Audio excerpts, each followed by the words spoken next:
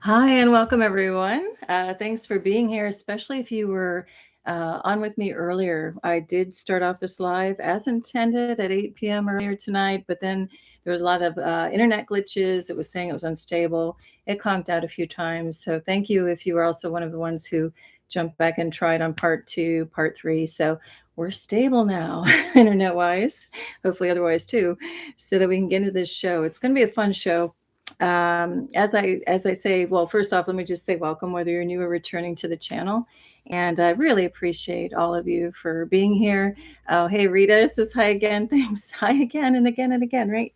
It is Saturday, and I do these shows, one, just to impart some fun stories, real life stories are what we're going to get into tonight. And they're fun. Actually, tonight's going to be some fun supernatural ones, also looking at some cloak and craft and all kinds of stuff. So what I do, if you're new to seeing any of my lives, I have a PowerPoint presentation, but I print it out hard copy, and I just hold up slides now and then, just like how I like to do it. And so I have my little intended structure of how we're going to go through this, and I kind of tend to just want to kind of like run through it. But feel free if you want to jump in the chat or not. And if you want to make any comments along the way, I'll try to be mindful of them as I'm running through everything. But if you have any other related topics or things that aren't even related, feel free to bring them up in the chat. And toward the end, we can bring them up. And if you don't have anything, it's fine too. All right, so let's get back to it. And for anybody that was here on the first 3 attempts of this live, I changed up the slide order a little bit, so it's not too redundant. So anyway, feel free to check out if I'm repeating. But anyhow, here we go. So it's the title of the show is In Your Yard, ? And I do have little clues here, always, with the images of where we're going to be heading. So I did post in the post section of my channel. This owl comes from a show called The Sky Visit.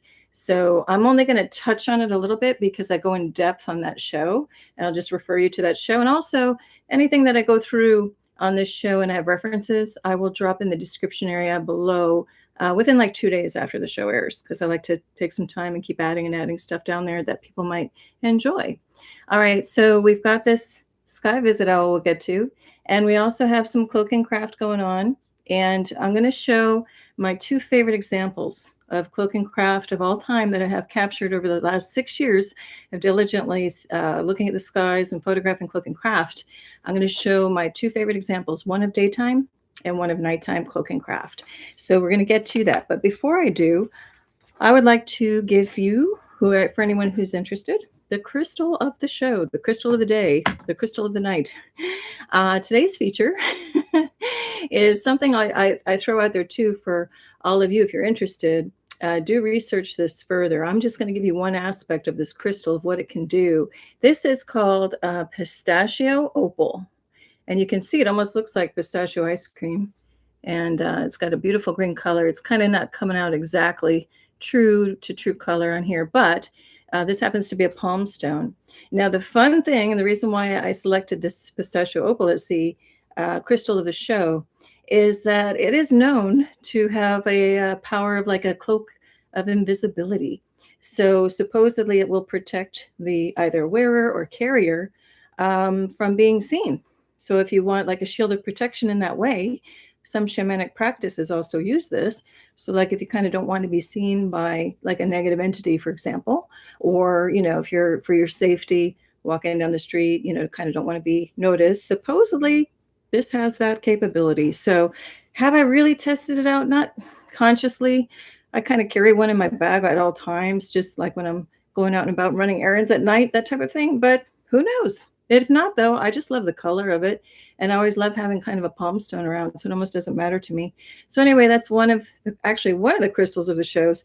The other one I don't have an example of, but look up Galaxy Opal, because that's another interesting one, since we're going to be talking about cloak and craft and other things.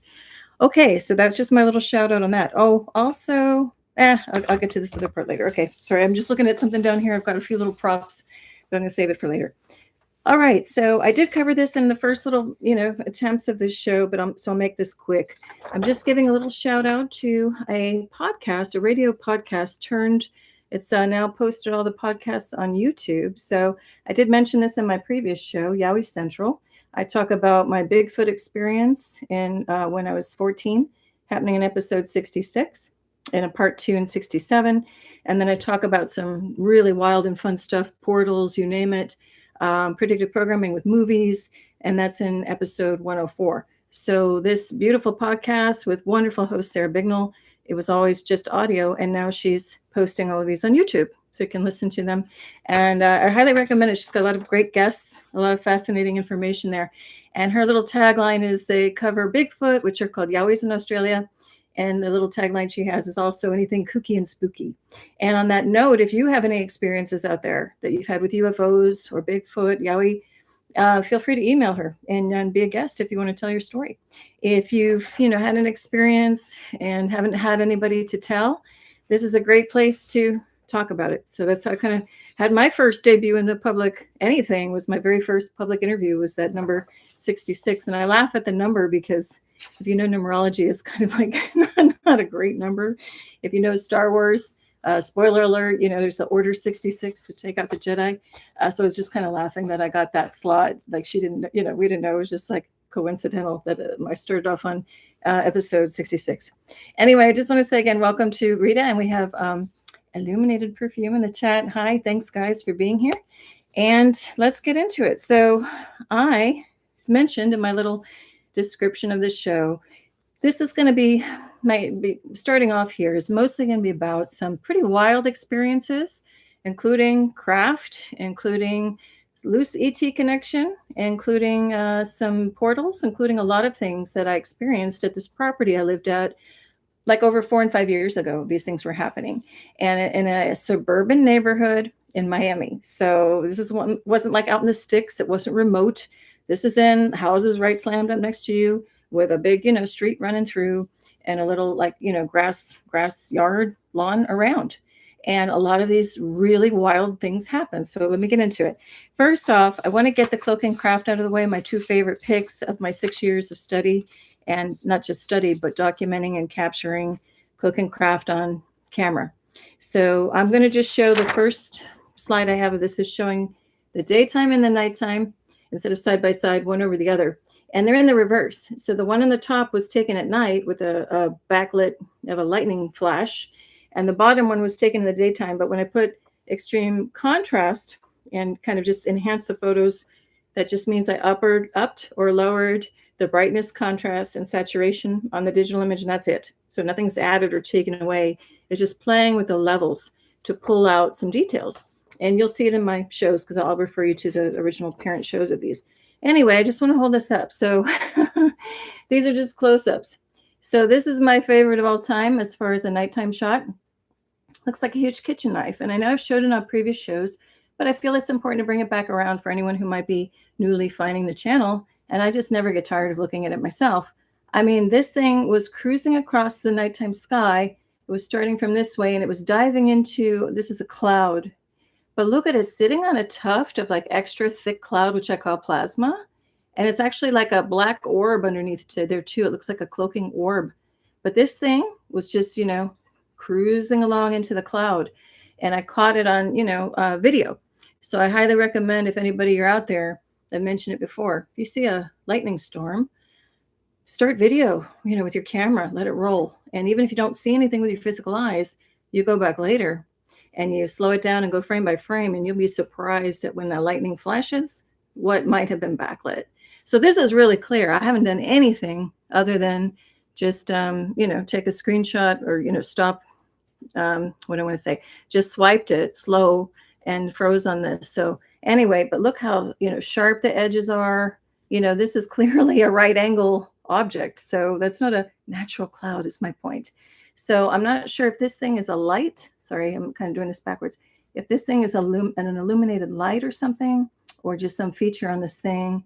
But anyway, clearly a cloak and craft, and it's big. So I have another slide coming up to give you a reference, for size. Now this one in the daytime, and I have, again, a couple more slides coming to give more detail. This one I love because this thing was in the daytime sky, was really low in altitude. And it started off with just like a periphery, and I have better photos coming, but it starts with a periphery of a little bit of tufts of stuff. And then it ultimately manifests into this thing. And if you can see what I'm seeing, let's make sure we're seeing the same thing. Yeah, okay. So if you're seeing what I'm seeing, this is like a little cruiser. I call it Cloud Cruiser in the show that it's coming from. So we've got like the captain's deck, the bridge. We've got the front, so the bow and the stern of this thing. This would be a port side wing. But look, you see perfect circles. And the thing that really gets me on this one is, is these perfect circles, like hard edges, shadows, and even the bridge. There's like a emblem or something right there that's symmetrical, and this thing curves around. So whatever it is, I think you can't deny. I mean, look, we got holes, like perfect holes on the wing. That is a craft, a cloaking craft.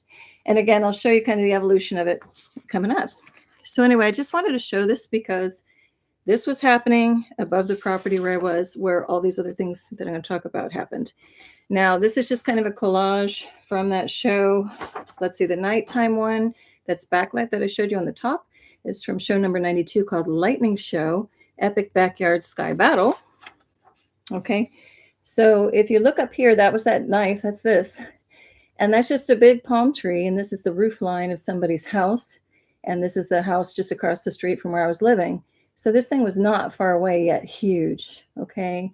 Other weird things were happening, that same quote-unquote lightning storm system where there were two objects with, these weird, kind of look like arc welding between them. So this is a show I highly recommend you go visit, and I'll put the link below. Then the same flash later, lightning flash, we have an object moving that way, object moving the opposite way. And then these things look like huge, like tentacles intertwined coming down. Just some really bizarre stuff happening in this quote-unquote electrical lightning storm, okay? Then here's the daytime example. Now this one, I smile because it happened on 4th of July. And I think it was 2021 or 2022. Anyway, this one, upper corner here. So this is happening very low. You can see this tree, and I'm just standing like close to the street, in the middle of the street. So I see this kind of formation. It was weird. Here, actually, I pulled it up a little more. Just a weird formation happening. Doesn't really look like a traditional cloud of any kind. So I kind of looked at it. As you can see, I put the timestamp. So it's like 10:43 in the morning. So I looked at it. I'm like, that's kind of weird, So then I started doing my usual morning 360, looking up the sky, taking pictures, as I've done like 6 years straight. And then as I rotated and came back around at 10:49, 6 minutes later, I see this. So we go from this to this. And I'm like, that looks like a speeder or some kind of craft. And look at its relationship to the tree. It's in the same place. It's just like accumulating more and more, cloaking material in the same position. It's not like this thing has, moved along in the sky as it normally would if, with the wind. So then even a few more minutes later, here, this develops out of this. It becomes this. Here's the same tree. And it's staying in the same position.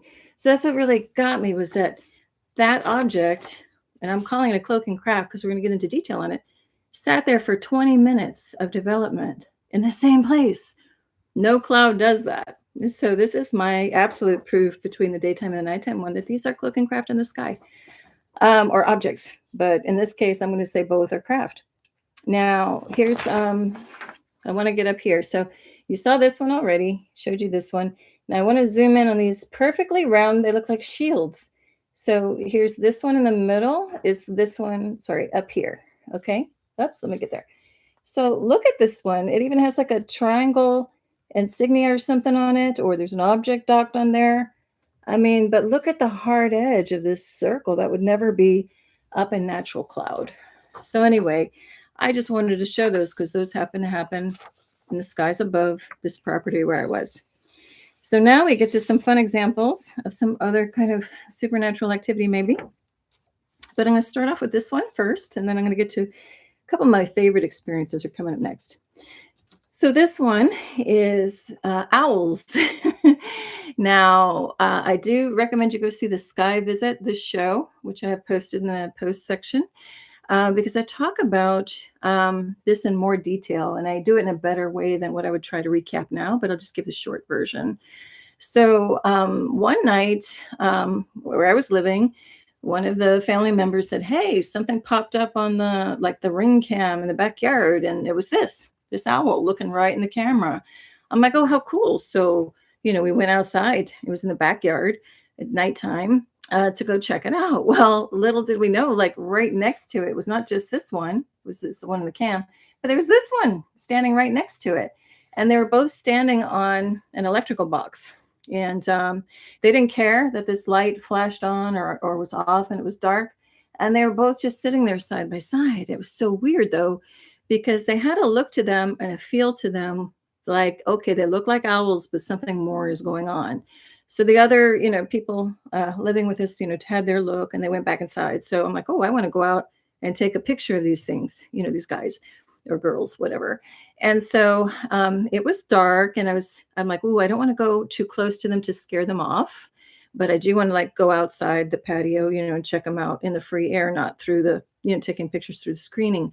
So I stepped out. First thing I did was look up, because I have heard in many different places that people have had experiences where they see kind of a strange owl or owls. And then right after, there's some kind of UFO experience. Now, that is mentioned directly in this book, Custodians by Dolores Cannon.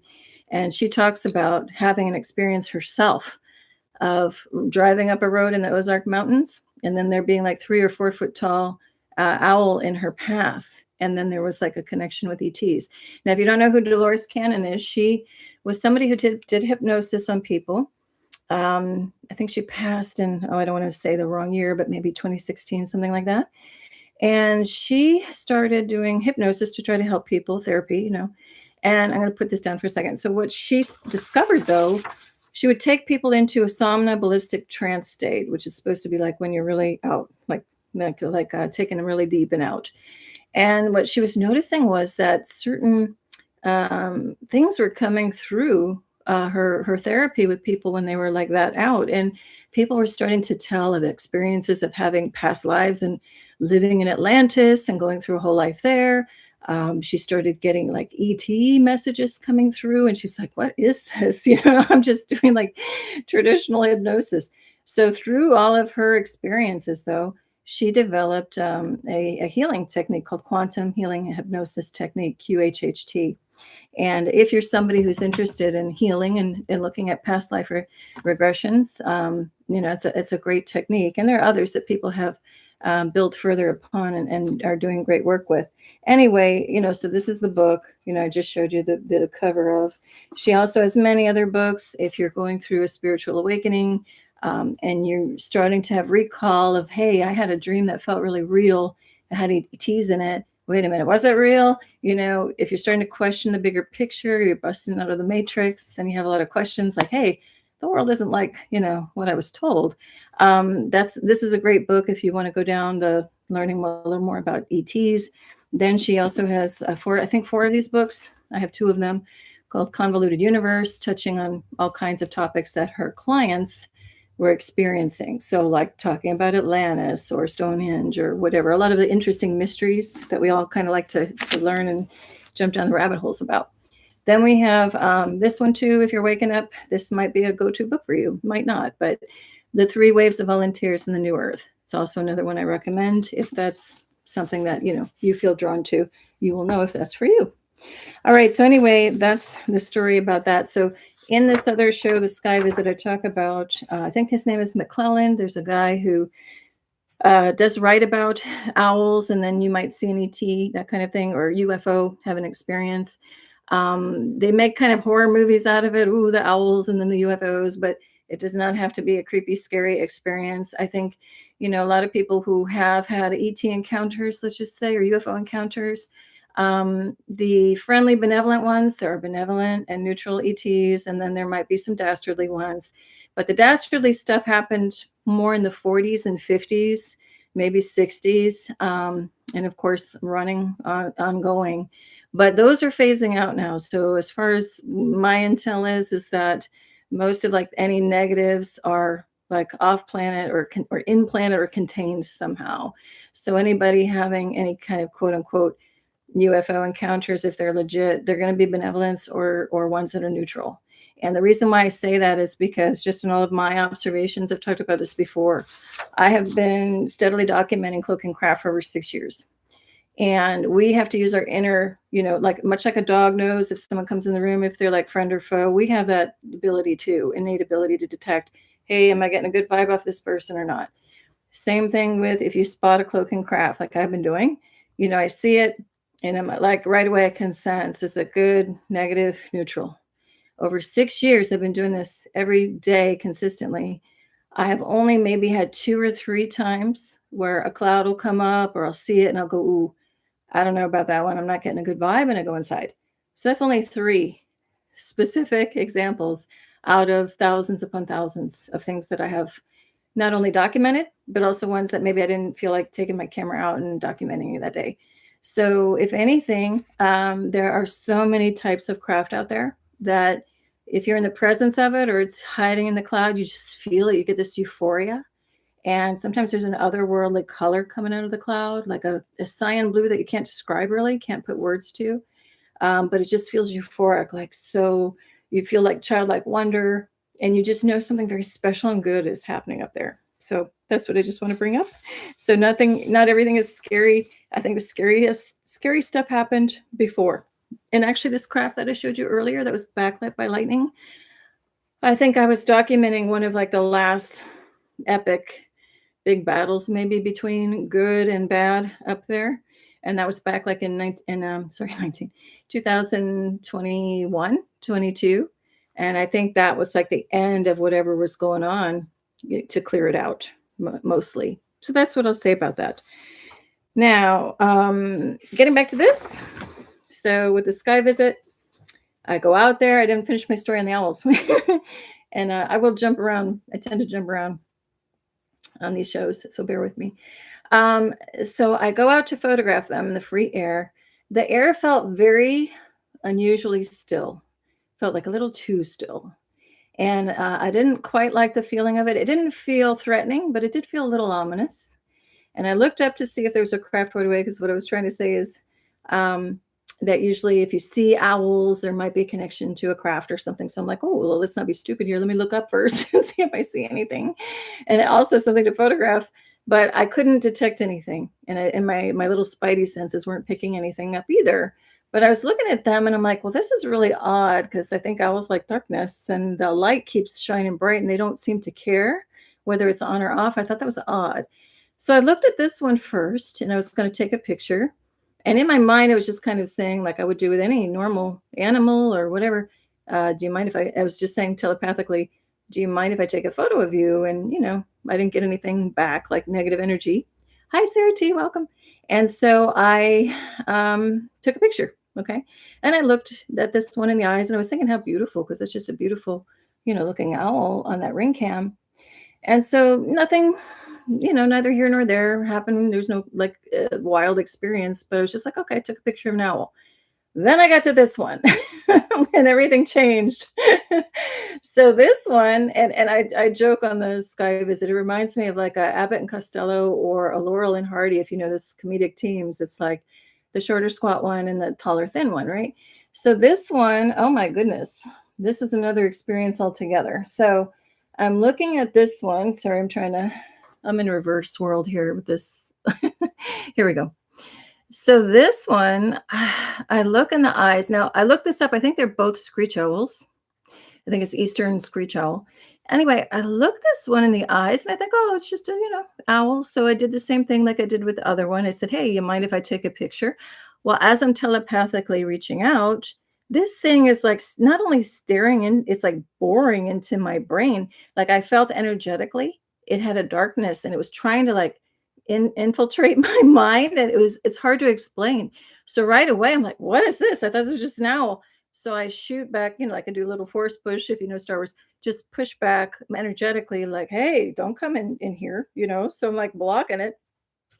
And it just caught me unawares, because I don't normally do that kind of thing. I just instinctually, it's like, hey, this is feeling bad. I feel like it's like casting something dark in my mind. It was weird. So I'm like, no, right? So I push back. And then I tried to go in like telepathically, like, who are you? What are you doing? Are you just an owl? Are you an ET kind of thing? And then it pushed me back, right? So if you know the movie The Force Awakens from 2015, the Star Wars movie, there's a scene, a spoiler alert, whenever I talk about a movie, Rey and Kylo Ren are, Kylo Ren is interrogating Rey, and he tries to, go in her mind, and she pushes back. That is very much kind of what happened with this thing. So this thing had a very dark energy. This one, yeah, Sarah says, wow, I know, it was crazy. This one was just like minding its own business, kind of, I guess it was like good cop, bad cop. He's just like, yeah, he's going to do the bad cop. I'll just sit here as a good cop. It was weird. Now, I've never had an experience like that. And all I know is that, thank goodness, my natural intuitive reflexes kicked in to kind of push back, like something else helped me out, because I haven't encountered that before.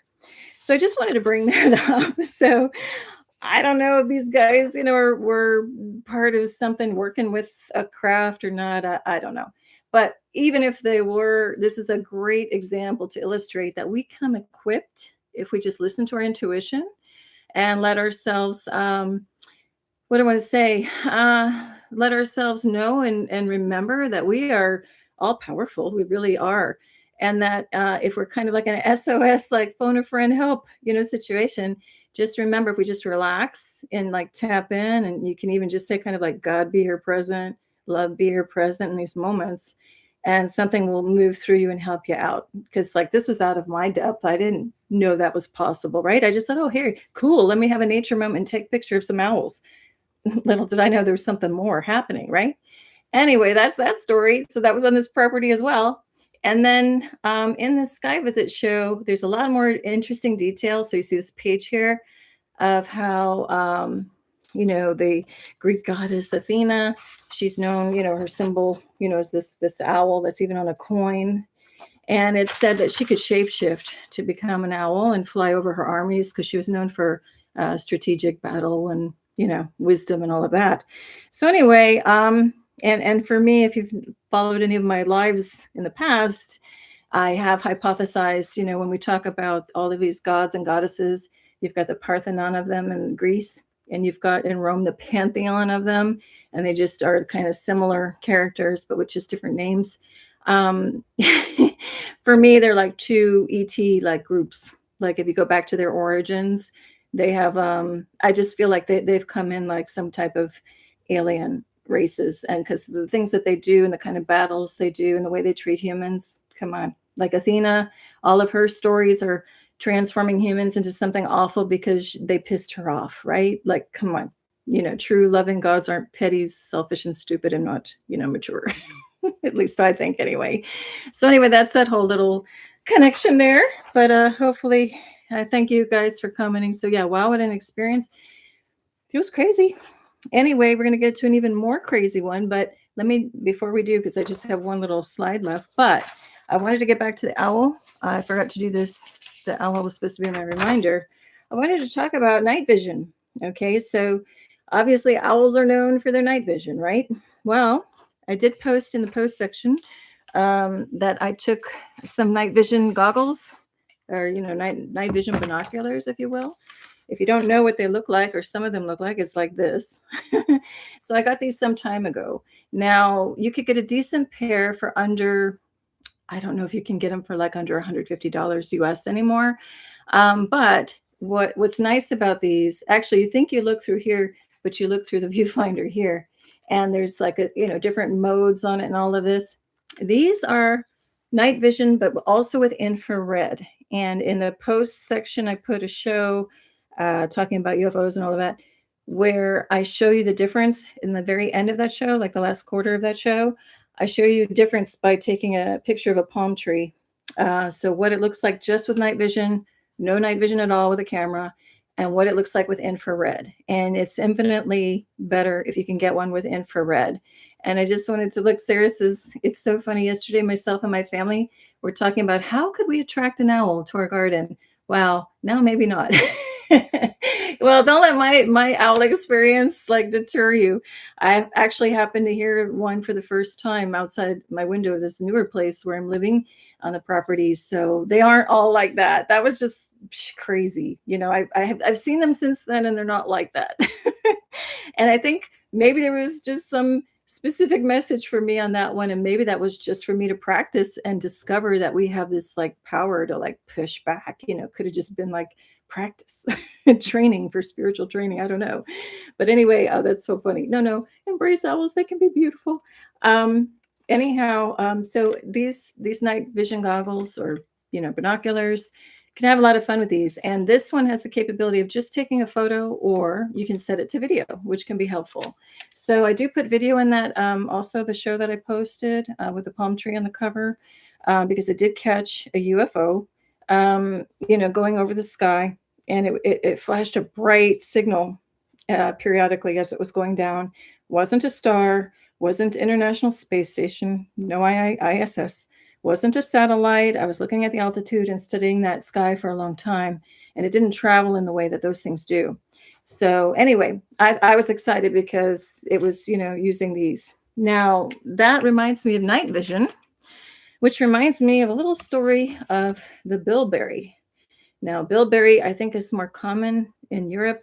I'm not so sure about the US. I didn't look that up. But I'm breaking this up because here's what it looks like. Here's little parts and pieces of it.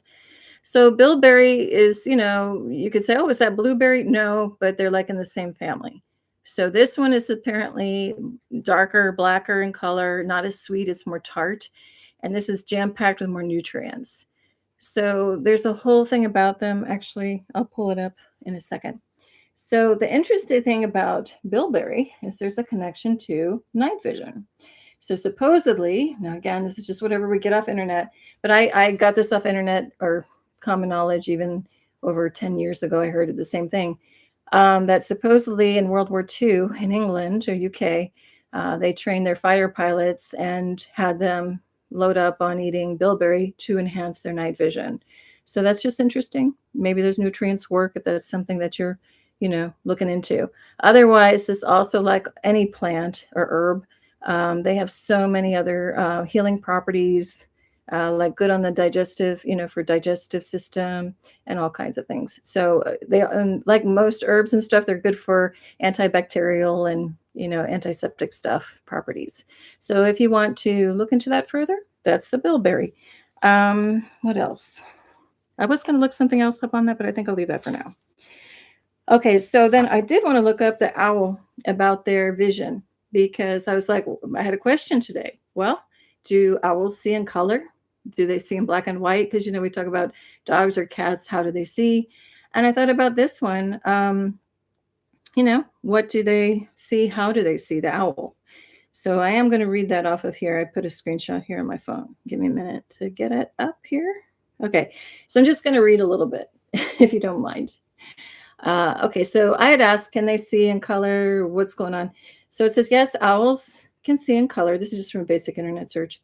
But the color vision is limited compared to humans.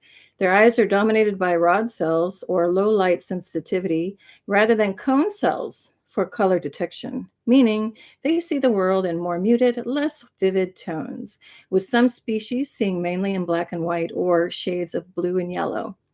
Now, what I thought was cool is it says the owl retinas have roughly 30 times more rods than cones, and that allows for the exceptional night vision, but then, less so. They have less abilities with the color detection. Also, they can, let's see, I'll just jump ahead to one more fun fact. It says that their large tube-shaped eyes and tapetum lucidum, a reflective layer behind the retina, further enhance the light absorption for night vision, sacrificing color perception.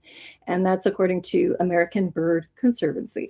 So if you've ever wondered, I haven't really consciously, but I wanted to know. So that's the story with the owl. Now, oh, you know what? Here I am talking about what you can do with the night vision stuff with the binoculars here.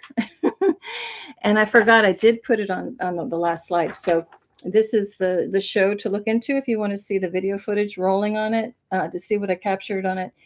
This is in the show called On to OVNIs or UFOs, SoFlo Night Vision Infrared Edition. So the infrared will light up that tree and you can see all the coconuts. If you just do night vision without the infrared, you can see them, but it's much dimmer. And then, of course, if you don't put any night vision on at all, it's just like black. You can't see a thing. So I show you all of that in the show. Now, this up here, it's better to go to the show to see the video footage rolling, but there's the flash of this UFO. That's the brightest star in the area, and this was much brighter even. And then it starts dropping down behind a cloud, and then all of a sudden it just disappears. So you see the outline of it, but it just goes dark, and then it drops a little more, and then it flashes again. So anyway, this I wouldn't have seen as I don't know that I would have seen it. It really jumped out when I had the night vision on it. So the only reason why I even got this, the binoculars, was that on that Yowie Central show, Sarah Bignell with Yowie Central, she had a guest on probably 30 shows ahead of mine, before my show, number 66. And the guy was talking about how he was in a cabin somewhere and pretty isolated, and he just had a feeling about a UFO around. And he took some night vision glasses, and looked up, and to the naked eye, there was nothing just over this tree across from where he was. And then he put up the night vision and he saw a whole craft. So I thought, hey, I need that then to see if I can see anything in the nighttime sky. So that's why I even got it, because it's just thought it would be fun, right? If you have time and opportunity. And remember, this was during all of the global shutdown crap, and I will say crap, garbage. I was out all the time. That was not going to restrict me. So that was a great time for me because there's no cars on the street, and it was just much safer and easier to go around with my camera and not really pay attention to cars. It's actually worked out pretty well for me. But anyway, that's that. So now I'm going to get into 2, if not 3 more, really my most fun stories. Okay. Fun stories about this property. So here's one that actually I've been having synchronicity after synchronicity this week. I don't know if any of you have, but they've been hitting me like nonstop all day, every day, and they never do. So I'm like, what's up with this week? It's getting really freaky, but in a good way. Well, another synchronicity just happened before I tried getting on my 8 o'clock show, live show. Just about a couple hours before that, there was another Earth and Sky Watcher channel. And he's talking about, he's a well-known one, but he's talking about all these loud booms going on over the country. Well, I have a loud boom story. This loud boom story is why I even started my channel and why I even started looking up. So in 2018, about mid-July, the date is important, or the time of year is important. It was around the 14th or 15th. And I was getting ready, we were at this property in the house, and I was getting ready for bed, but it was like midnight. I usually stay up till, at that time, 2, 3 in the morning, no problem. It was another night like that. But I was just starting to pick things up from around the house, clean up a bit. Well, I'm saying that because I was wide awake and I hadn't gone to sleep yet. So as I'm like collecting some things in the back of the house, all of a sudden I hear this boom, but also with a pop, like a crack pop at the top of it. And it seemed to be happening like, let's just say like 10 houses down the street. Okay. And this was a suburban neighborhood in Miami where the houses were in a row, like, next to each other, maybe a 50-foot width property line across the front. So, say like 10 houses down, I hear this thing. And I know this area for all my life. So I'm like, okay, that's weird. And I'm saying the date of mid-July, because it wasn't like it was 4th of July and people are shooting off stuff. And it was far enough after 4th of July that really you don't have a lot of that activity in that area. And even so, it was way too loud to have just been somebody doing a firework. And it also was even way too loud. Even if somebody had like a dumpster and threw it in and closed the lid, it was still way too loud. I'm like, that's strange. What is that? So I kind of thought, well, whatever, that's just a one-off, a weird thing. I don't have to worry about it. And it wasn't a gun. It wasn't anything construction related. I know all of these sounds. It was none of that. So then I'm like, okay, well, nothing I can do about it, really. Let me just finish getting ready around here. So then I hear it again. But now it has come like a whole lot closer, like a property lot closer. Now, it sounded like it was also happening in the middle of the street. So not like over the houses, like toward me. It was like in the front street, in the middle of the street. I'm like, that's weird. Nobody would be firing off anything in the middle of the street. So then, and this was say like after 11 p.m. at night, and this is like the neighborhood goes pretty dead at that time. So I'm like, okay, this is getting a little strange because now that's the second one. Something's up. So just as I went to walk to like go toward a window or, listen a little bit further, it does it again, like boom, pop. Like I'm not even doing justice to describe it, but it's a really deep bass boom with a high pitch pop at the top. Again, not like anything I've ever heard. No fireworks, and I've shot off a lot myself. It's nothing like that. So then I'm like, okay, I'm starting to get concerned because this is sounding pretty intense, and it was pretty loud. So then I'm like, well, is it still going to happen? Maybe that was just it. No, another boom with the pop.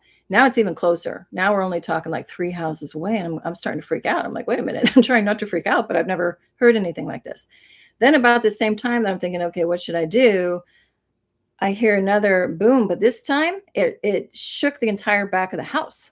It rattled this like big window, and this is a well-built, concrete block building, 1 story, like built like a tank. And this thing like rattled and shook the whole window. And I'm like, well, what the hell? And it sounded like it was coming from above, and it totally rocked, the wall. And later on, I went out and looked, and there's stress cracks, like it cracked, the foundation. So it wasn't, imagination. Something physically was hitting. So then I'm like, oh my God, this feels and sounds like a bomb. And I'm like, is that like something real? But I ran back, and thanks to, yeah, crazy. I mean, it's just really, wow. I mean, this is what really rattled my cage, like literally rattled the windows. This was like, I went into high alert, not like total panic, but I'm like, whoa, what is this? Like, mother instincts, protector instincts. Like, what do I do? How do I like protect everybody in this house? Like, what's the next step? So in my mind, I'm like, hey, God, what the heck is going on here? Like, give me some insights. And then, so it rattled the back. And so I go back because I'm like, part of the wall is going to be missing. That's what it sounded like, because I was in the other part of the house when it hit on the back part. And I'm like, the force of that, like we're going to see some debris or something, right? So I run back there, nothing. I'm like, okay, how is there like no visible evidence? Like outside of like something like, plaster or something off, because that was a big hit and big rattle. So then I'm like, oh my God, what do I do? So then I was like, just at the point where I'm like, do I like, like in a tornado, they say to go stand in a door frame, or, you go into a tub. Well, there was no tub. So it's like, I'm thinking I should go in the interiormost part of the house, grab whoever, and like, let's huddle up under the door frame. But just as I was, thinking like, okay, where do I go? I hear another loud boom, but this time it sounded like somebody picked up a semi truck and like a giant picked it up and like threw it at the house, like on the other corner. I'm like, what the hell? Like hitting the side of a concrete wall. And again, it went boom, like shook, and I'm like, what the heck? This is like warfare. We're under attack. Is really what it felt like. So then at that point, I call 911, in the US, that's the emergency number. And so I call them, and I've dealt with them before, and I know the protocol. Actually, in an indirect way, worked with a facility where we had to, assist in getting the emergency operating center together. So I know like the ins and outs and the protocols. Anyway, they're supposed to, once you call 911, they're supposed to stay on the phone with you until the police arrive and until your situation is contained. So I didn't know what to tell her. I mean, just instinctively, I said, hey, it sounds like somebody's bombing our house. Like, help, send somebody. I know it must have sounded crazy as I'm telling her, but I'm like where I felt like we're under attack. And this is so important to tell all of you, because you're going to hear a lot about, meteors are causing like these sonic booms. And I'm saying that the distinction, this is not sonic boom, it's sonic bomb. There's a difference. I'm going to tell you why. I know what a sonic boom is with jet fighters or whatever. This was not it. And those, yes, can rattle your windows. It was not it. This was more pointed and more strategic. So I called the 911 and I said, oh my gosh, and they're like, we'll send somebody over. Okay. Anyway, I'm like, okay, good. In the meantime, other people in the house were like, what's going on? I'm like, yeah, okay. Like, you just hearing it now?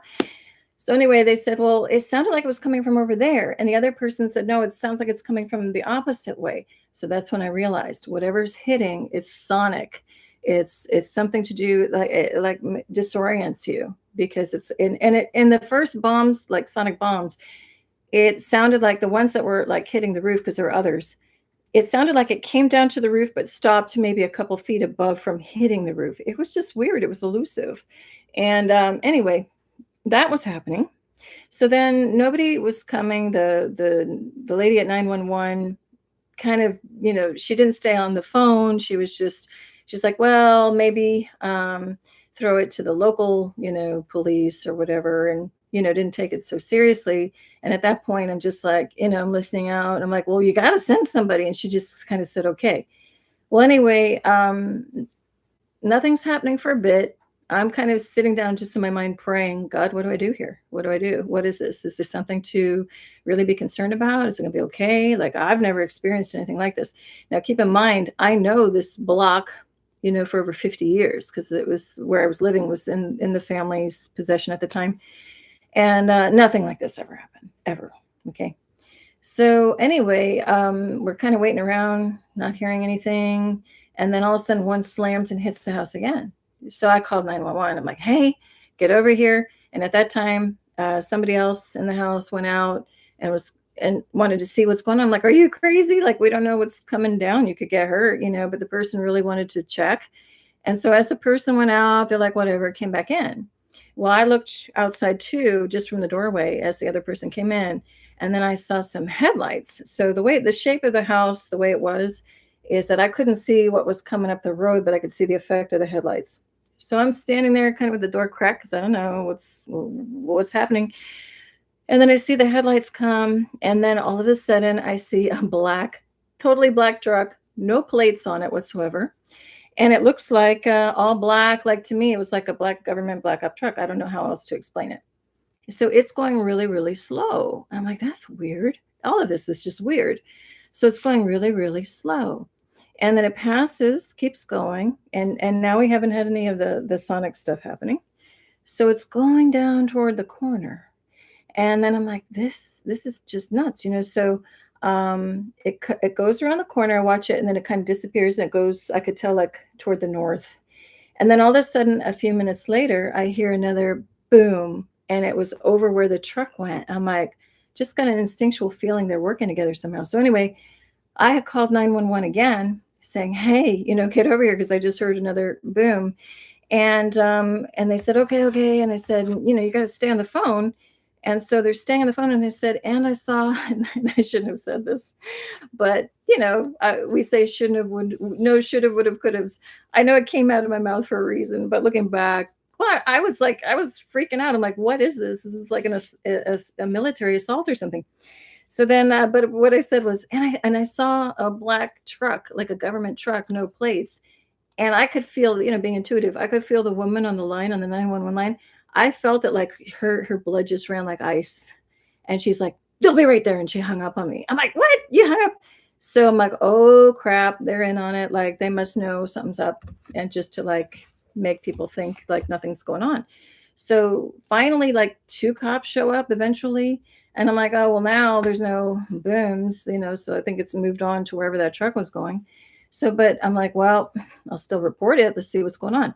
So right away, a couple undercover cops show up in the yard. They're like, oh, it's nothing. And then another one, you could tell was newer on the force, was like, coming up. And then what I didn't know is, like, right before they came up, because I heard it, but I didn't know how close behind it they were. Right before they pulled up, there was another boom that hit the neighbor's house. And so they come on the heels of that. So I'm like, oh, good. Hopefully they heard it. So when they came to the door, I'm like, did you hear it?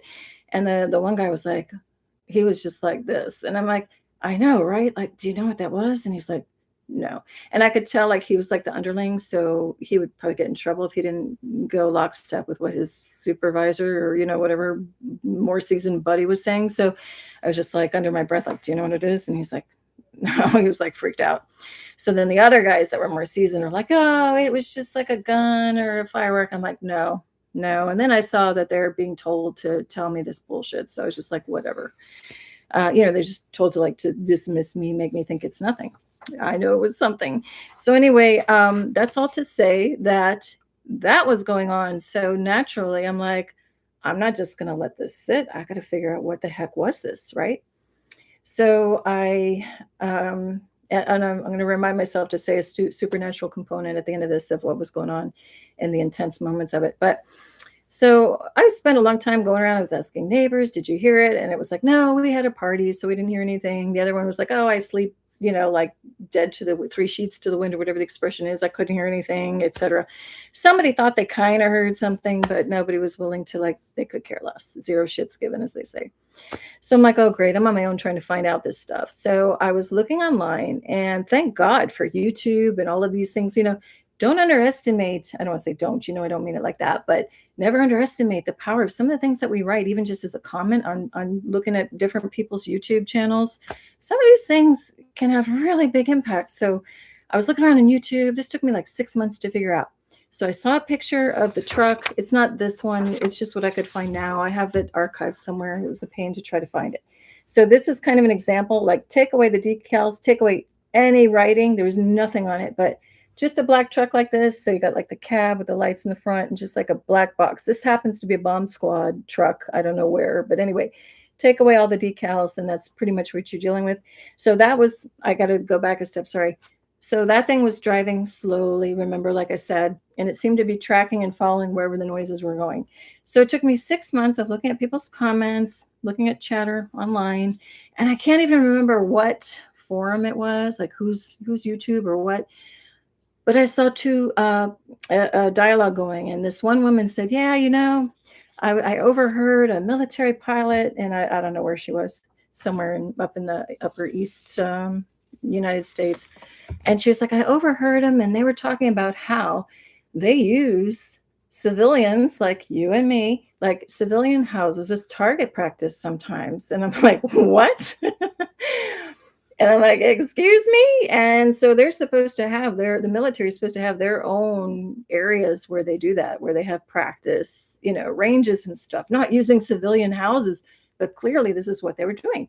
So what I found out was that black truck, yeah, it's a mapping truck. Like, I compare it to the game, if you're of the vintage to me, like in the 70s growing up, 60s, 70s, the game Battleship, where you each have your little, it looks like a laptop, and you go like B8 and you put the thing in, and D7, you sank my battleship, you hit it, right? So to me, that little truck going along was like, they were the ground crew with communication to whatever was up there, and they were going hit, miss, when the boom hit. They were probably telling you, you pinpointed it, you got it next door, you hit the roof. That's what was going on. So I'm just sharing it now because for me, I also saw other chatter online at the time, and they were talking about, yeah, we heard these booms. And like a sheriff was saying, yeah, it sounded like it was coming over there. And then the other sheriff said, no, it was coming over there. And that's exact same position I was in. Like somebody in our house thought it was coming from here. Somebody thought it was coming from there. So the next morning I looked around, and sure enough, the biggest like booms where they hit, there were stress cracks in the walls. So exactly where those things happened. So I thought, isn't that nice? Whoever's playing around using us as target practice isn't going to let us know, because they're making a lot of damage. They probably don't want us to know about it. So what was that? Well, I still don't know exactly who and what's doing it, but I want to put it out there, because if there should ever be a false flag event and they're saying, ooh, ETs and, it's warfare, don't buy into it, because what hit the house, it sounded like legit, real, like something's hitting it, but it was sonic. So I just felt it was important to share that. So there's a supernatural component to it, though, because right in the heat of it, where I'm like, oh my God, just imagine if you think somebody's literally blowing up your roof or something, you'd be like, where do I go? Grab, whoever's important, and get going. And in that moment, I said, no, okay, I'm not going to freak out. I'm going to be calm. I'm going to connect in. And I'm like, God, what do we do? Is this something I need? Where do I need to go? What do I need to do? And at that point, I just heard a big message divinely come through, says, look up. That's what I heard. I'm like, what do I do? And I heard, look up. I didn't hear run to the doorway and be in the reinforced doorway and whatever to safety. No, I heard look up. So then I'm saying to myself, I'm not going to go out there and look up. I'm going to be hit by whatever this thing is, or if it is military, I don't want to be, shot at or whatever. So I'm like, saying in my mind, well, thanks God, but no thanks. Like, I'm not going to go look up. So over the course of me trying to figure out what was going on in this scenario, I was shown like right after that what lookup means. And I've told this story, so sorry if you've heard it before, but it's still one of my favorite stories, and it's a real life story to happen, a true story. So I'm like, what does lookup mean? And I was kind of frustrated around month number 5. I'm like, I don't know, and in this spiritual awakening, there's so much of this stuff. It's like, is this really like, did I really hear that? Like, I know I did, but like, what do I do with this? So, it's just so out of the comfort zone, or what we know under like the 3D life, style, 9 to 5. So anyway, I was just coming out of a department store. I don't want to give the name credit. And I look out, and it was a big, expansive parking lot. And it was maybe 3 or 4 miles from a bay. This is in South Florida. And it's the first show of my channel, my entire channel, the very first video I have posted. It's my first show. It's stills, but it's the first show. I put it there. So I look up, and I see this massive imprint of an equilateral triangle in the sky, fairly low. And I see tufted, like what I call plasma, where it's thickened around it. Actually, like that photo I was showing you. It was like this stuff. Okay. Wait, like a bed of, that's like that tufted material that bunches up around the corners. So it was forming a void, this big triangle. I didn't think I was going to bring that up, otherwise I would have put it in a little slide. But you look at the first show. So it wasn't metal, but it was a slightly darker blue. This triangle was a slightly darker blue on the inside than the rest of the sky. And it had these like tufted little puffy, plasma things around it, shaping it. And I'm like, coming out of the store, and this thing's massive. And I'm like, what am I looking at? It's not a cloak and craft, but could it be a portal? Or I have no words or reference for this, because this I've never seen before, right? So I'm standing there for a minute, and I'm like, I've heard a phenomenon where only certain people can see the craft, even though it's right in front of you, and others can't, because it depends on what frequency you're at and what level of openness you are to receive information like this of being possible. And so if you're not open to believing that it's possible, you're probably not going to see it. But if you're open to it and, ready for it, you will see it. That's where I'm at too. So anyway, I'm like, let me see if just anybody walking by also sees it, or it's just the me thing. So like, person goes by, I'm like, oh, excuse me. Can you look up? Do you see what I'm seeing? Do you see like this huge triangle? They're like, yeah. And then they keep pushing their cart to their car. And I'm like, okay, I guess they don't think it's a big deal. And then I'm like, well, I'm not satisfied with that. I need a bigger sample size here of other people looking. So then another person comes by, and I'm like, hey, what do you see? Do you look up there? What do you see? And they're like, oh, it's a triangle. And I'm like, and then they're like, they keep walking. And I'm like, well, don't you think that's strange? And they're like, and they keep going. And I was so frustrated, but at least I got the validation. They could see it. They just, like they say, zero shits given. They just also weren't ready, I think, to receive that. Because once you know that's possible, that there's something we can't explain and it's significant, they just kind of went into shutdown mode. Like, nope, I'm not ready to go there. Because once you awaken and see this stuff, you probably already know there's no going back if you've found this channel, or you'll learn about it really soon if you're new to this channel, or it's not your vibe yet. And so anyway, but no fear with any of this. I find it fascinating to wonder about, to talk about. But anyway, that was the story. Now, what I didn't show you, I forgot to show you, is with that whole sonic bombing experience, is it totally reminded me exactly of the scene from, I will make a lot of Star Wars references. Oh, thanks guys for all of your stuff. I'm going to read it in a minute, but Star Wars Empire Strikes Back. And again, spoiler alert. So in that movie, there's a scene where the bad guys, the Empire, is bombing the heck out of an asteroid, and they get in really close. And these are bombers and bomber craft, and they just drop these bombs down in there. And the sound of the sonic bombs coming down the street sounded kind of like that to me, and except with a little pop registering up at the top. And as my street was getting sonic bombed, it just took me, in my mind, I had a visual of this scene. So that was kind of also validation for me that, yeah, it was something, something significant. So just keep that in mind. If, as we move forward with things, some people say these sonic sounds are coming from above. Some are saying they're coming from the ground. I know only because I saw that black truck, that it was a coordinated effort and like a mapping exercise. Did we hit it? Did we miss it? That's going on. So if you never heard of that, you heard it here. And I think it's important to get that knowledge out there. And again, if any crazy events are staged, trying to get us into fear, it could just be sonic stuff that won't physically hurt, where you are, but it will sound like it. Okay. I wanted to read, before I read that too again. So in the height too of the whole panic, and I hear look up, there was also a spirit animal that came into the mix that also helped confirm that it's okay, whatever. So it's a really wild on many, many levels experience. So that's one of these things I wanted to bring up. Now, as cool as that was, I mean, it was a little scary at the time, but as soon as I got the message, look up and things were going to level out and be okay, it was all right. But I think my number one favorite experience, very supernatural, that wasn't so supernatural as it was like military or something. I don't know if that could have been military working with some type of ETs. I don't know, or just straight up military. But I have an even more favorite example of a wild story happening at that property. But before I do that, I'll look in the chat. So yes, you guys are saying that's wild, wow, crazy. What a trippy experience.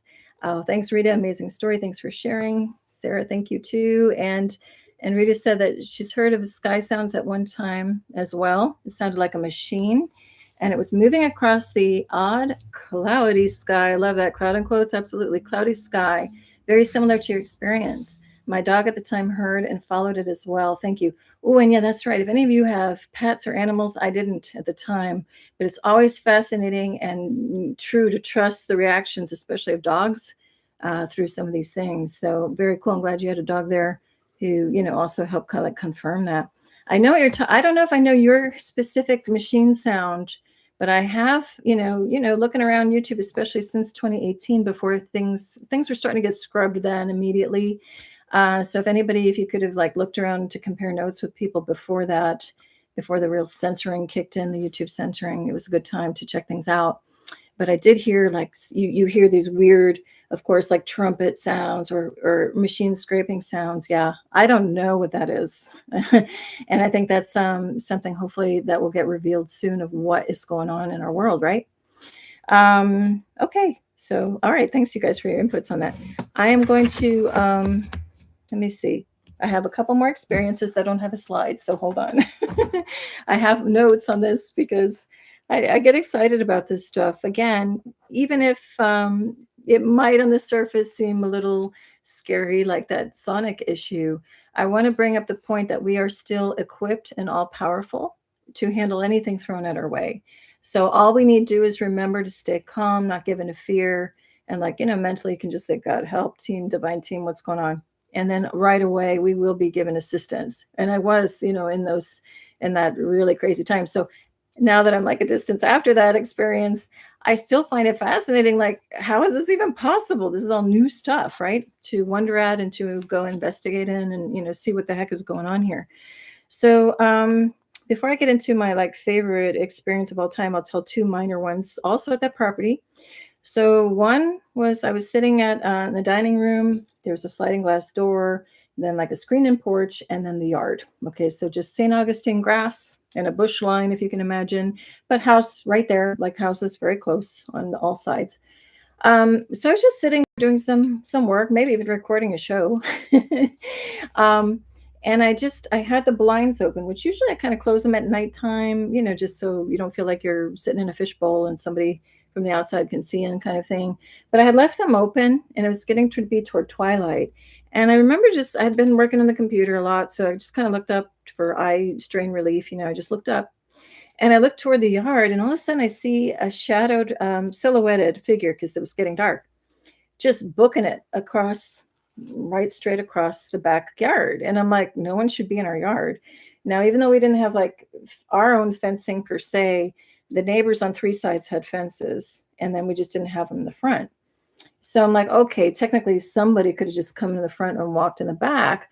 But I remember looking, I'm like, that figure is way too tall, 7 feet or more, and rounded head and, very thin and lanky. And then I thought, well, maybe the neighbor from behind us, but he always wears a baseball cap. There has never been a time where he wouldn't have a cap on. He's not 7 feet tall. And my mind's trying to process, like, what is that? And the thing was walking across with purpose, like making tracks. And just chill though, like a chill vibe, just like mission, you want to get something done, and you're just beelining, you don't care who's around you. That was the vibe. But so it really disturbed me because I'm like, who could that have been? It was really tall. And I realized later it was a Bigfoot. It was a Sasquatch because I was still thinking, oh, the Sasquatch have a conical shaped head and whatever. But no, there's some that just have a regular rounded head, and I always bring this up because I couldn't find my other Sasquatch with a conical head. But, Chewie from Star Wars, he has a rounded head. So it's very much like this, very, minus the crossbow and fancy stuff, fancy bag, tool bag, but, just cruise through. So I remember going, I didn't really kind of think about it. Something struck me as odd, but I was so entrenched in my work. I probably didn't really, I didn't care at the point. I didn't feel threatened. And it was only later that I'm like, oh, light bulb moment. That's what it was.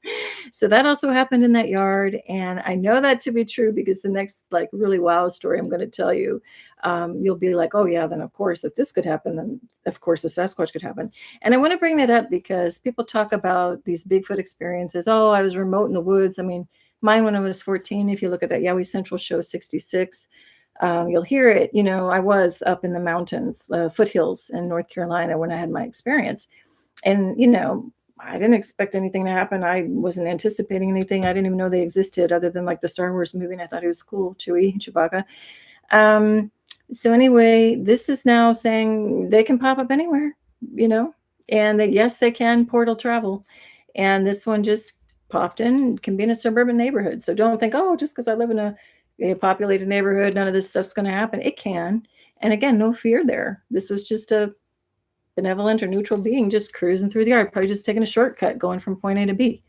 So, again, we don't need to get fearful about some of these things. And if you ever are encountered with something that does seem fearful and out of your depth, and like, what am I looking at? This seems like something that's interdimensional. Again, just come back into the self and just say, whoever you pray to, God, Jesus, guardian angels, your ancestors, whoever it is, just say, hey, come assist, like God help or Jesus help, whatever. And you will then know what to do. But no fear ever. We come equipped, like they say, like we have dominion over the earth. It's not in a conquering, domineering way. It's just that we got the God spark right here. And we forget it's there. So the moment we just go, God, even think it, you get assistance. You don't have to speak it. And I have other examples of that too. That'll be in another show about ghosts and demons and whatever else. Got some real fun stories about that too. But anyway, back to it. So before I get to my big fun story, the on that same property, so that was in the backyard.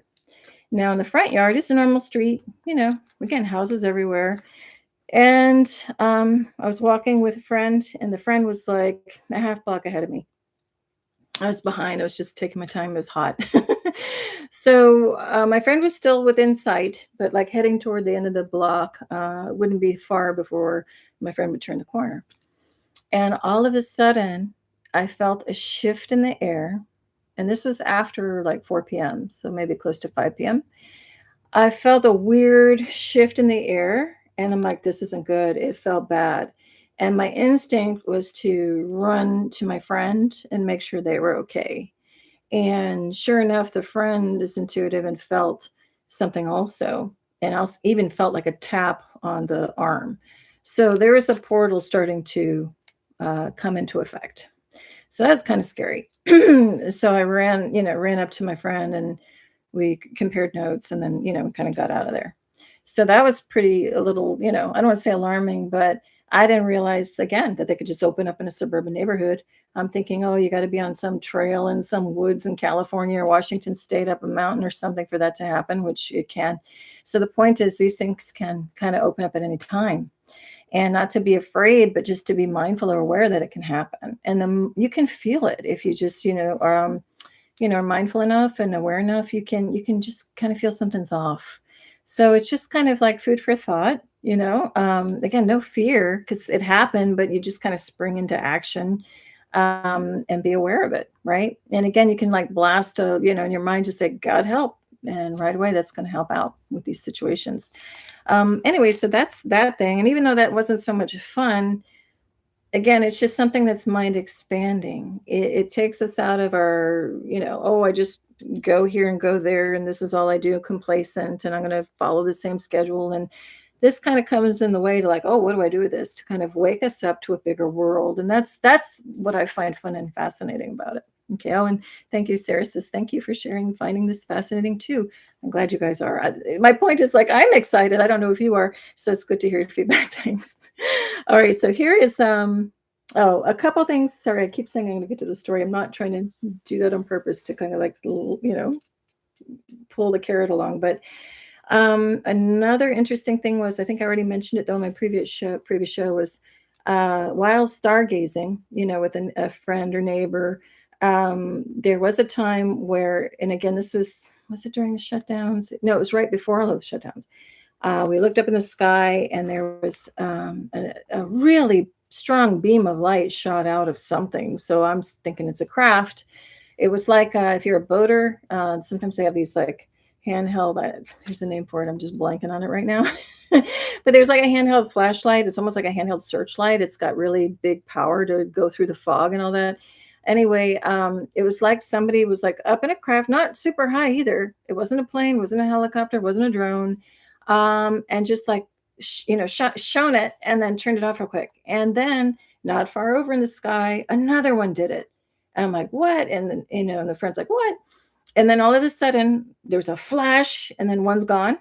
And then there's a flash and the other one's gone. So I think what they were doing was almost like in the Star Wars movies, like going into hyperspace, there's a flash and they take off, or they opened a portal and took off. So to me, that was absolutely craft. And just because I had other experiences too, looking at the nighttime sky with a friend. And, the more I say on my show, if you can just, even for 5 minutes, just really look into the sky, whether it's day or night, more than likely you're going to start to see stuff.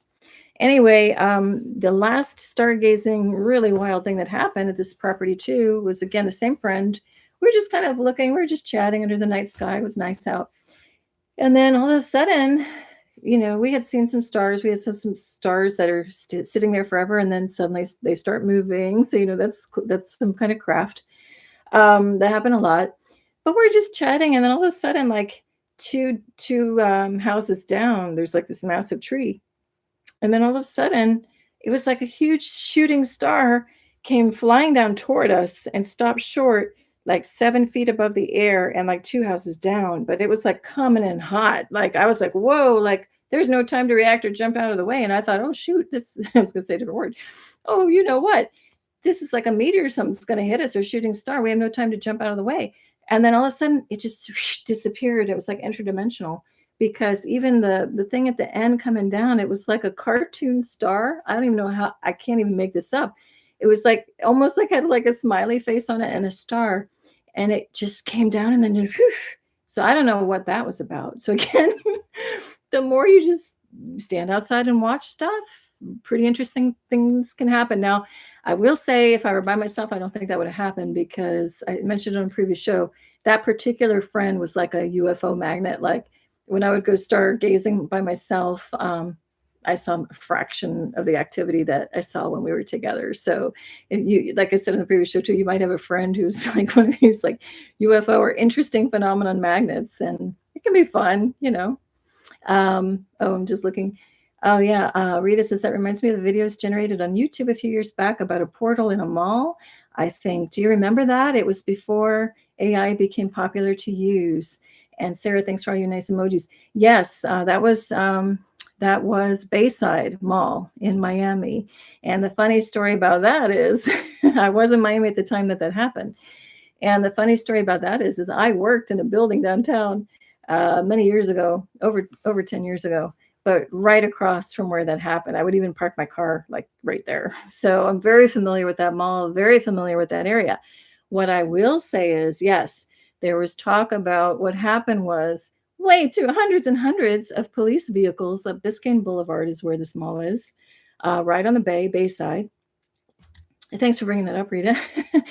And I was, of course, intensely interested in this story, having been super familiar with that area. So I worked there for over a year, right near there.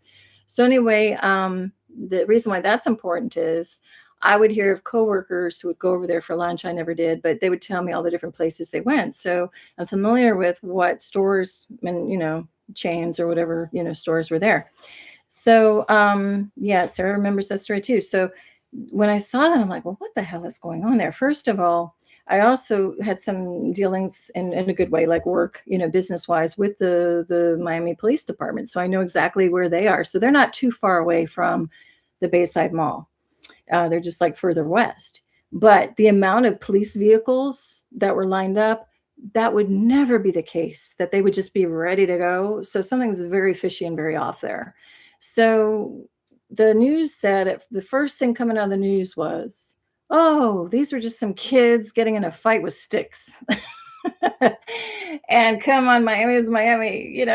This is where, like in the 80s, you had Miami Vice wasn't a joke. You had dead bodies, drug dealing stuff going on. Like I would go to Miami Beach clubbing all the time, dance clubs. And it was rough. It was seedy. It was like, you got to watch your back. We went anyway. It was probably pretty crazy. But we had a good time dancing and stuff. But, the stories you would hear, people getting really hurt by drug dealers and things like that. It was not the best there. That was over in Miami Beach. But anyway, Miami Beach is just like a stone's throw over the bridge from, downtown Miami. So anyway, the story was, my point of bringing this up is you would never have that many police cars for just kids with sticks or starting a fight, even if they're beating each other to death. You would not have hundreds of cars. You would have a few police cars, okay? So I thought, wow, what's going on? So yes, the story was, they had some sticks. Then it was like, they had some fireworks. Both of those narratives were running side by side. They were alternating, flip-flopping. And I'm like, sticks, firecrackers. Why didn't they just say the kids had guns or machine guns? That would have been more believable right away, even though that was excessive police cars. Still not plausible. But we're talking about sticks and fireworks, really? So then the story morphed into, two guys were trying to open up a portal. I'm like, what? Like they had a box, they had a contraption. So then I was really scanning all the YouTube channels, because the great thing is, even now, you got to get to the people who posted right away, the real time, what's been going on before it gets scrubbed off the internet. So I did catch a couple reports where I know they were telling the truth. My little inner gut detector was, they're telling the truth. And one guy came on and he was saying, oh my God, there are these like entities. It was scary. People were running for their lives. Like old lady, she was running like in her 20s to get out of there, like had a cane and like cripple almost, because people were definitely fearing for their lives. And they were seeing these like 9-10 foot dark beings. They were talking about shadow beings. And I saw the footage. And again, I know the streets because I've parked all over there, intensively worked there day in, day out for over a year. And I'm like, okay, the backgrounds are matching up, whatever. I don't detect like Photoshop stuff, because again, this is real time, like right after the event happened. And the one guy interviewed was saying, oh yeah, they took my camera. I mean, not they took my camera. They were taking people's cameras if they could. People were running out of there. And the thing that caught me, that, my attention, that I'm like, this guy's legit, is not only did he feel and look a little afraid of what was going on when he was telling what was happening, he also mentioned that, and we were shopping and we had just been to Foot Locker. And yeah, there's a Foot Locker there. It was a very specific example of a store, where somebody had been, and he wasn't making it up. And I knew coworkers who would always, stop by there on the way back from lunch. So I'm like, okay, that guy's checks out, for me with that detail. Anyway, the next day he comes back on, seems like all stayed and like held back. And you could tell somebody got to him to tell him to shut up and take it back and retract what he said. And he did. He came back on and goes, oh man, I was just playing. I don't know. He wasn't. And the look in his eyes was like, oh my God, I'm scared. They're going to hurt me if I tell the truth. So Miami Mall, some people say, oh no, and people do card readings to try to figure out what's going on. And they'll say, it wasn't legit. I'm here to say, I do think something legit did happen there based on the footage that I saw right away, based on my familiarity with the area. And look, I would have to like run to my car at night, like at midnight, through downtown if I was working late, and hope nothing happened, and watching my back. So I've got the whole street smarts of all of that. And I can tell you with the intuition, I feel absolutely something happened there, because again, you wouldn't have that many cars. And I think, the upper ups, the controllers or whatever, knew something was going to go down, and somebody, probably called in all of the force to be there ahead of time. What exactly went down, I don't know, but I know something did go down, and it had a very dark energy to it. That's all I can say on that. Anyway, but good thing to bring up. Thanks. Okay, so now I think I'll get to my fun, and also, well, not fun in the moment when I didn't know what the heck was going on, but fun and fascinating now that I know what happened. So here's my story of all stories as far as a matching the show title, In Your Yard. Yeah, this happened in my yard. So it was summer. It was hotter than hell. It was humid. My hair now is like expanding hair with the humidity. But it was getting so hot out that I decided, oh, I'm going to do some, clipping trees, banana leaves, kind of all of like the foliage, doing yard work, basically, cutting the grass, whatever. So I was like holding off as long as I could until nighttime so that it wouldn't be so hot. So I got a little behind the eight ball there, and it was starting to get dark, and I hadn't turned the lights on the property because I didn't think I was going to be out there that late. And so I'm still collecting banana leaves and vines and stuff I had clipped, and I was throwing them in these big trash cans on wheels toward the back of the house. So somebody luckily flipped on a light, but it still didn't cover the whole part I was in, was pretty much in shadow. So I'm throwing, I'm trying to clean it up and get inside. But right at that moment, I was kind of proud of myself. I was like, hey, I'm tooting my own horn here, patting myself on the back.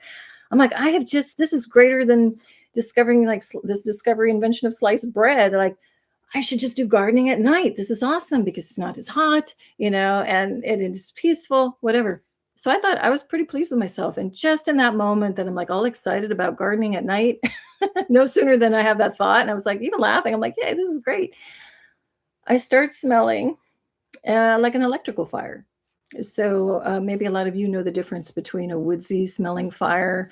Again, growing up in Miami, I know the difference of smelling like something burning in the Everglades. You can get some like ash sometimes in the yard where I lived. So that's a very woodsy smell, obviously pine and whatever else, wood. But then there's the smell of an electrical fire, which is very different. It's kind of a burnt metal. It's weird. It's a very weird smell.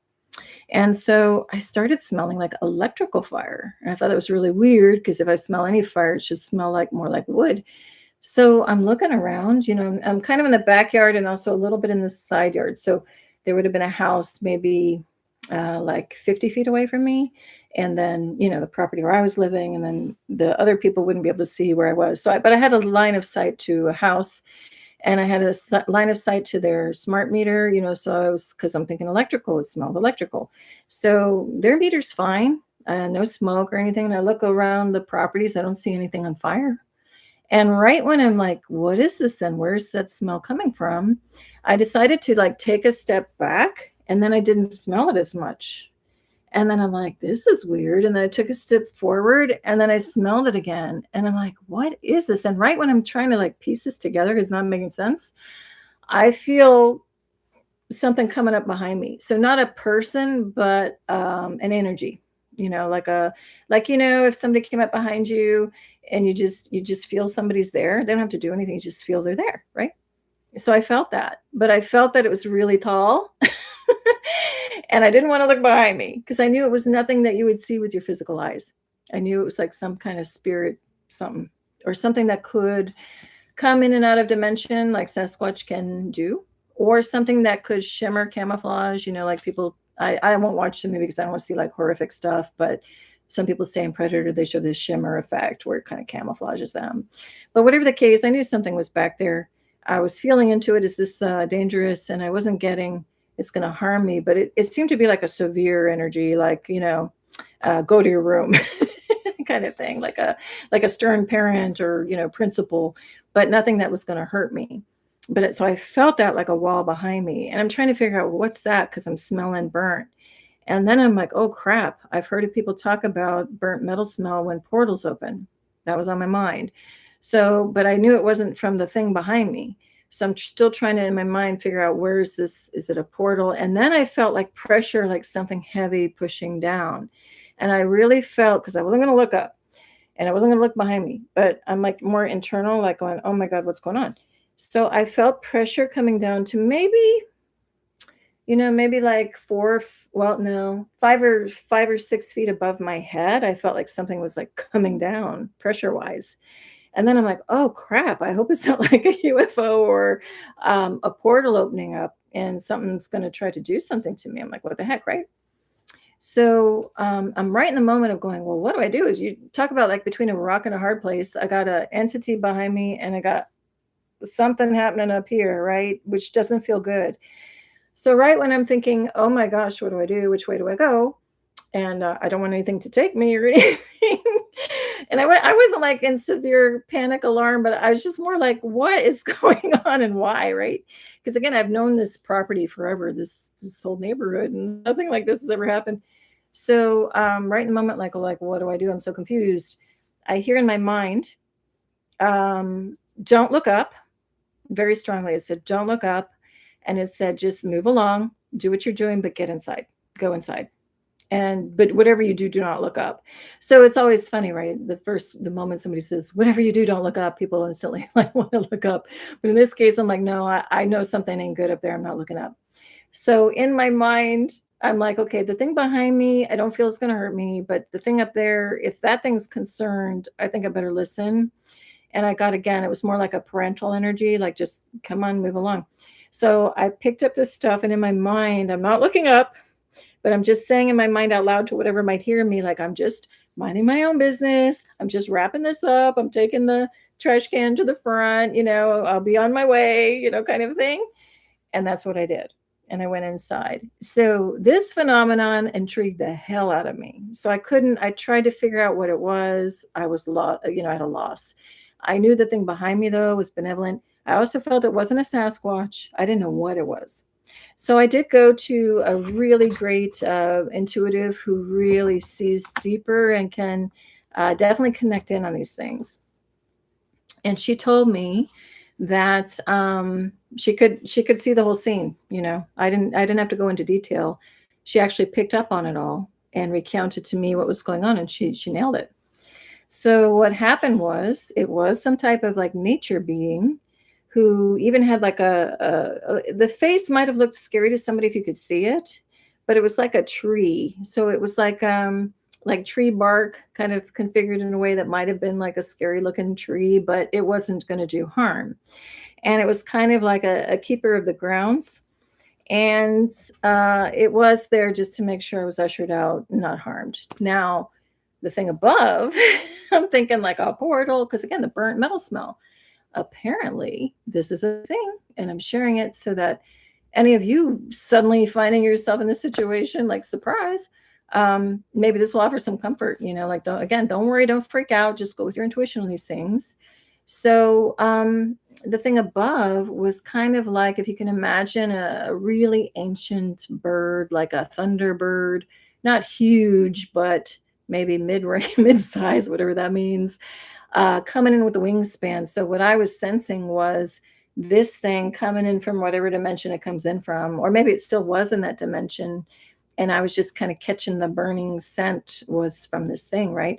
So it just was kind of like hovering. And apparently it was like, what is this? What are they doing?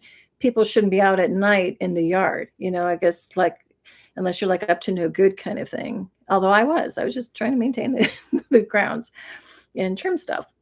So anyway, it was kind of checking me out. So apparently, had I looked up and made eye contact, it would have been like game on, just like a predator in the woods. Like maybe this thing could have materialized and done harm. I still don't think so deep down. I think my divine whatever would have come in and blasted it out energetically if it needed to be. But whatever the case, I find it even funny talking about it because it just sounds so outlandish. But when you're in these situations and they just suddenly happen, that's why I put in my little write up. It's just unexpectedly happening.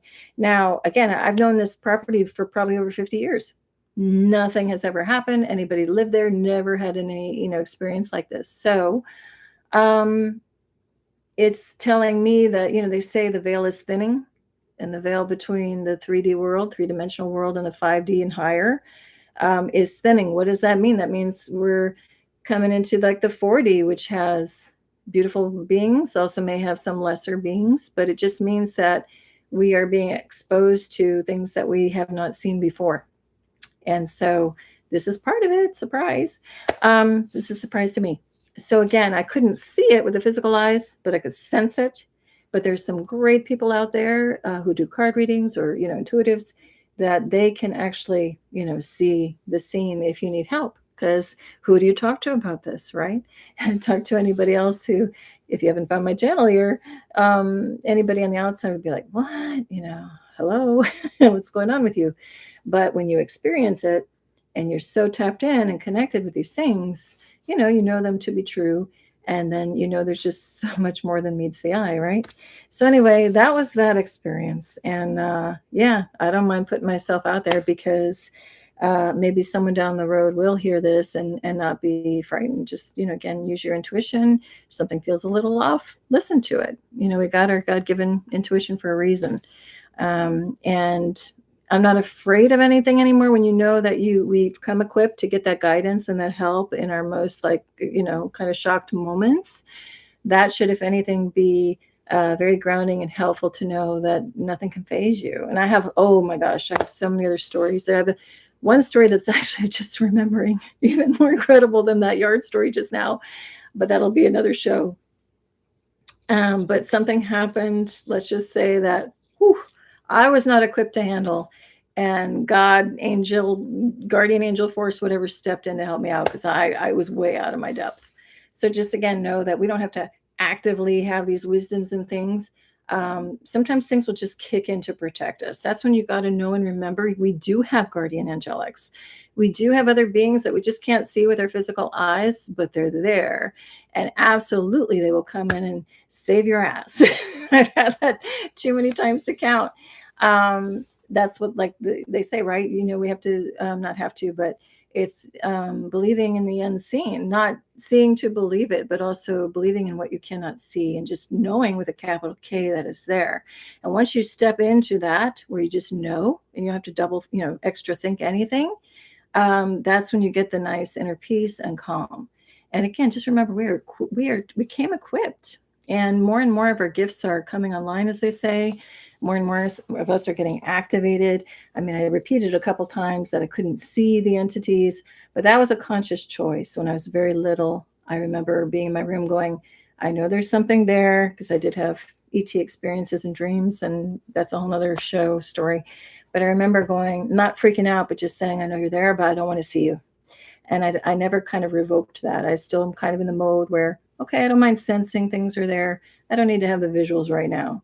Now, maybe in another, half year or so, I'll be ready. I think I'm very close now. But it's nothing you have to see. So we have choices all the way along the way. We can still get assistance. I've talked about having healings in the night by Galactic Family, ET family. Because they're part of your team too, your divine team, just like family, ancestors, guardian angels, and very real things can happen there too. And that'll be another show as well, I'm sure. So I want to thank you all for your beautiful comments. I was going to also, was I going to pull a card? Yeah, I'm going to pull a card for anybody who wants to stick around for an oracle card. If not, feel free to hop off. But thank you for all your beautiful heart emojis and everything. Sarah, Rita, everyone. I just really, really appreciate you. And was it, I always forget they had illuminated perfume, I think, and Chew, all of you. And I think I'm going to give a shout out to Lisa, because I know she was in there on one of the earlier attempts. So just a shout out to all of you. I hope that whatever you're going through right now, you're going through a beautiful ride in this world. And if not, if it feels tough, just know all of us are going through some pretty unbelievable things. But just know too that things, the energies are going to start to work in our favor noticeably if things seem like stuck or whatever. Oh, that's one thing I wanted to bring up with night vision. There's a book by, I don't think I brought it over here. I had to move my whole set to make this work tonight after like 3 failed attempts at trying to connect on earlier. But there's a book from the 1920s by a metaphysical woman named Florence Scovel Shinn.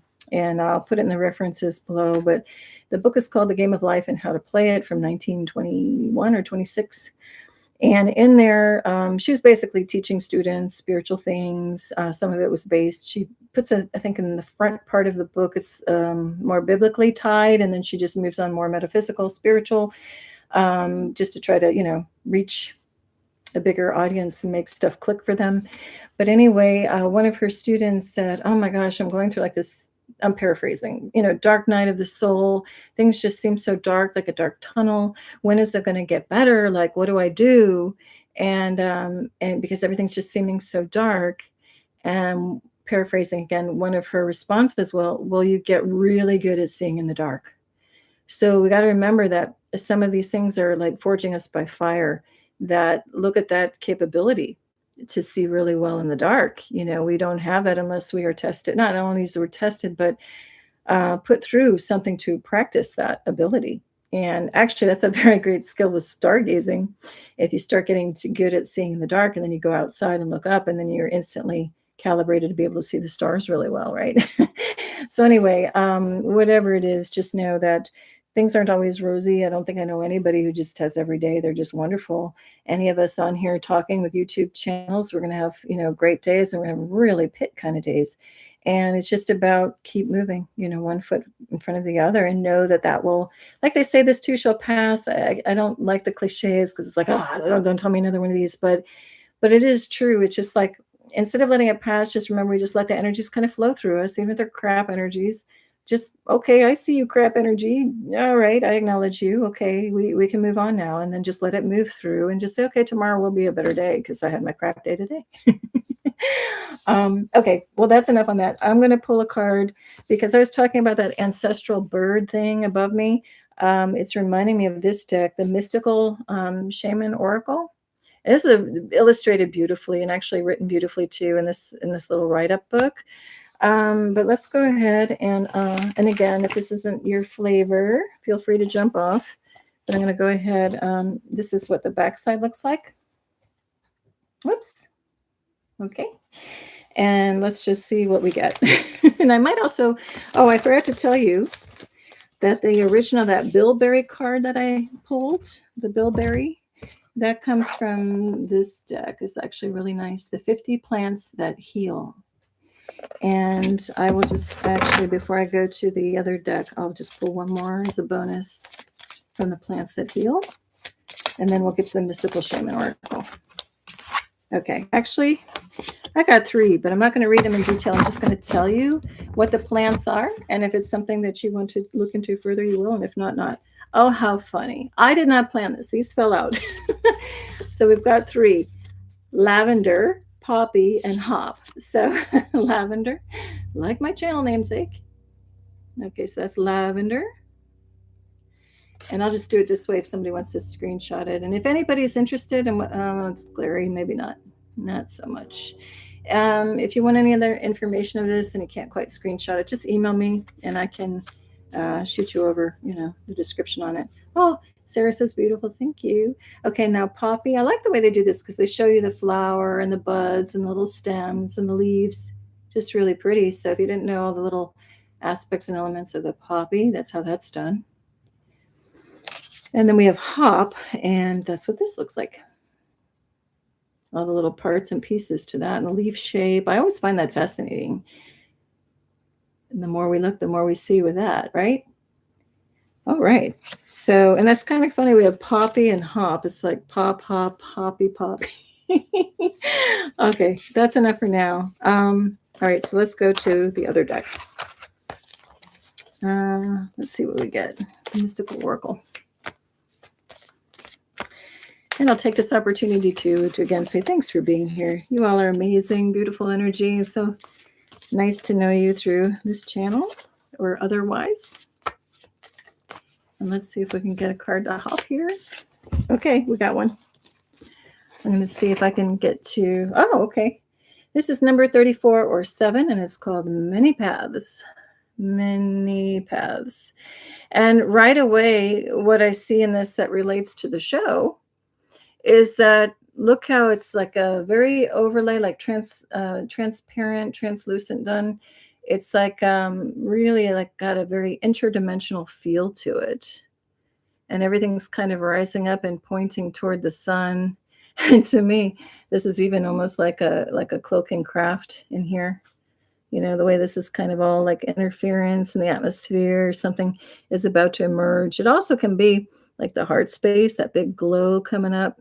And this can be actually looking at the sun or the moon. So I don't know about where you are, but during all of my sky watching in the last years, I've noticed a changeover. And actually, people who aren't even into any of this talk like we're doing have noticed it too, where you look at at least in Miami, it was getting to be in the last years where you look at the moon when it's coming up and it's like, wait, is that the sun or is it the moon? There was something weird with, the light generated off of it.